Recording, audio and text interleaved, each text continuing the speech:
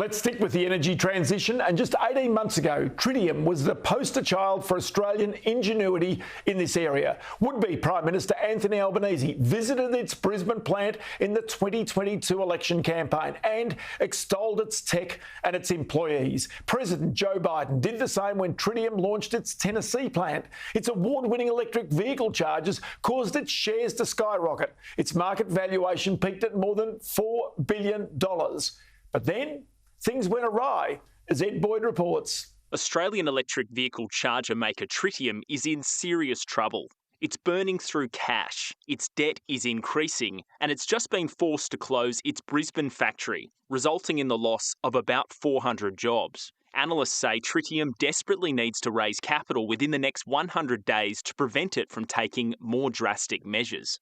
The required capital could be as high as $50 million, which poses a serious challenge for the board when the company's market value is just $33 million, and its recent results showed it has $195 million in debt. Right now, the fact that the stock is at 20 cents tells us investor confidence is sorely lacking. Billionaire backer Brian Flannery, who owns about 5% of Tritium, has reportedly lost patience and is refusing to pump any more money in. Tritium director Trevor St. Baker, who owns roughly 22% of the stock, is reportedly confident the business will survive. About 3 weeks ago, management released a strategic plan with the goal to turn a profit in 2024. The plan includes improving productivity, closing its Brisbane factory, cutting headcount across the world, and focusing its manufacturing on its Tennessee facility. Under any realistic scenario, there will still be a need to raise some additional capital over the next 6 months, maybe 25 to 50 million.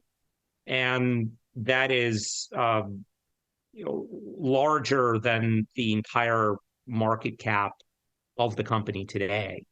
So naturally, that speaks to the investor fears about whether that capital raise is even realistic.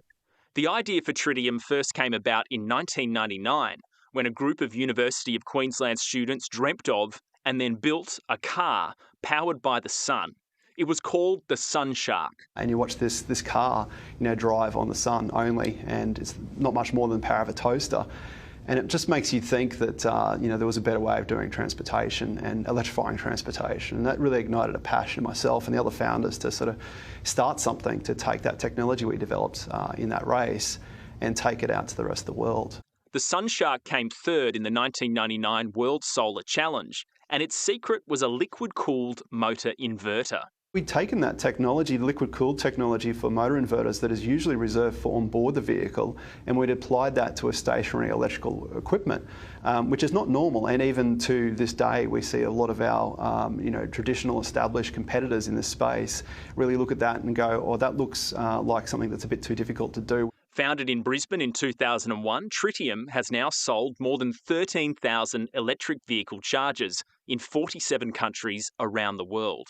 Back in 2021, the growth prospects for the company were huge, so it listed on the US NASDAQ exchange. So that point was reached really very much in 2020, at the start of 2020, and of course that had a huge impact on the business in terms of growth. And what it's really led to is in the last 6 months we've seen records of sales, we've got record backlog, and we're certainly going to break our revenue record this year in 2021 calendar year. 3 weeks after listing in February 2022, US President Joe Biden announced Tritium's plans to open a new factory in Tennessee. The new manufacturing facility of Tritium that's announced today is more than just great news for Tennessee.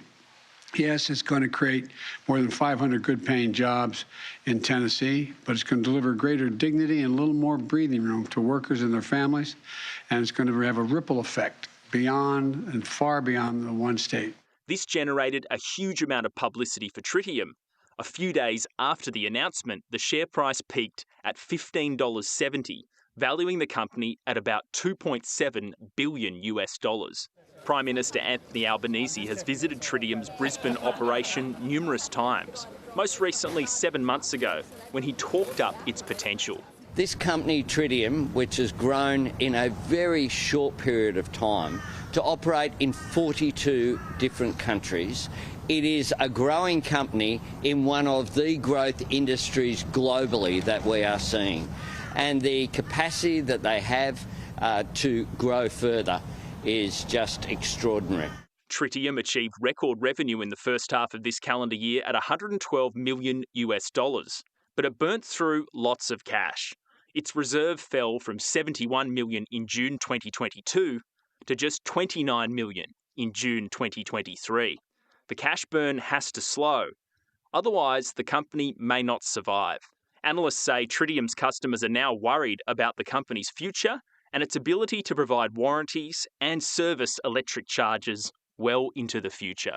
This is equipment that is designed to last many years, and a warranty is a necessary part of the package for any potential buyer, which means the question of will the company have staying power? Will the company be in business, 3-5 years in the future, needs to be considered by any potential buyer.